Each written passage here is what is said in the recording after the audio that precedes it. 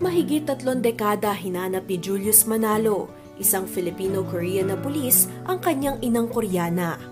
Maraming naiyak ngunit natuwa sa kanyang kwento nang muli niyang makapiling ang nawalay na ina sa tulong ng isang Korean TV show. Sa likod ng malaki drama na happy ending, ano nga ba ang kwento ni Julius sa loob ng 31 taong ito? Sa isang interview, ibinahagi ni Julius na 4 na taong gulang pa lang siya noong maghiwalay ang kanyang magulang.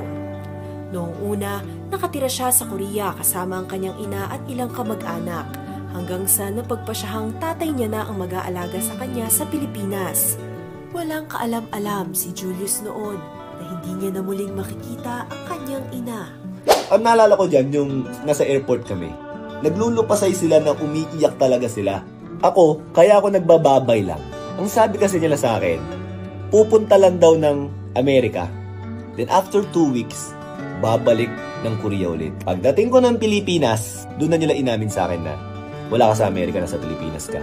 And hindi ka na babalik ng Korea. Sobrang iyak ko nun. Lumaki si Julius sa Tondo, Manila. Sa simula, maayos pa ang kanilang kalagayan dahil may ipon ang kanyang ama sa pagiging musician. Ngunit, unti-unti silang naghirap, kaya napilitang magtrabaho muli sa ibang bansa ang kanyang ama. Sa murang edad, para makatulong, naranasan niyang magtinda, mangalakal at maglako ng basahan. Sa kabila ng lahat, walang sama ng loob si Julius sa kanyang ama dahil naiintindihan niyang limitado lamang ang paraan nito para kumita. Noong panahong ito, nagsimula na rin mag-artista ang kanyang half-brother na si Jay Manalo. Kaya naman nang malaman ang kalagayan niya, tinulungan siya ng kanyang kuya na makapag-aral ng high school. Dito na unti-unting nagbago ang takbo ng kanyang buhay. Yung basketball yung naging way ko talaga para maalis sa problema. Tapos napapansin ko parang, medyo gumagaling ako sa basketball. So, natutuwa ako, nakakalabas ako sa mga ganyang klaseng mga isipin na wala yung nanay ko. Na hindi ko akalain na yun din pala yung magbibigay ng way sa akin para magkaroon ng scholarship. Nakapagtapos si Julius ng kursong criminology at nagtatrabaho na bilang pulis. Ngayon na may asawa at 2 anak na, hindi pa rin siya nawalan ng pag-asang mahanap ang kanyang nanay. Subukan kong hanapin nanay ko palagi. Ito lang ang kulang sa akin, yung mahanap ko ulit yung nanay ko. Every time nanonood ako ng Korean novela, di ba pag yung bidang lalaki, pagka medyo okay na yung buhay niya, medyo successful na siya, di ba biglang nahanap niya yung nanay niya? Lagi ko sinasabi, ba't ako hindi ganun? Yung pala, ito pala darating pala. Nang magkaroon ng pagkakataong makita muli ang kanyang ina, lubos ang tuwa ni Julius.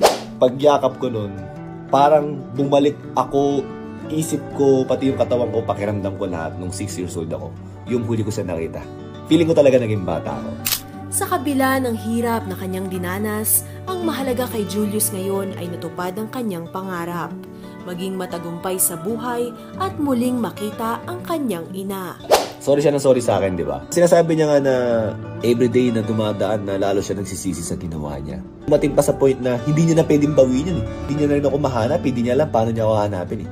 Hindi ko na kailangan sisihin yung nanay ko kung ano man yung nangyari. At hindi na lang move on and lahat ng pagka-miss mo sa kanya, ihakap mo na lang and build good memories. Yun lang yung gusto kong mangyari. Nung magkita kami, maging proud sana siya sa akin kung ano man yung nangyari sa akin. Gusto kong ipaalam sa kanya na hindi ako galit. Wala akong nakakamdaman kahit anong galit. Gusto ko lang sabihin sa kanya na masaya ako na nakita ko na siya.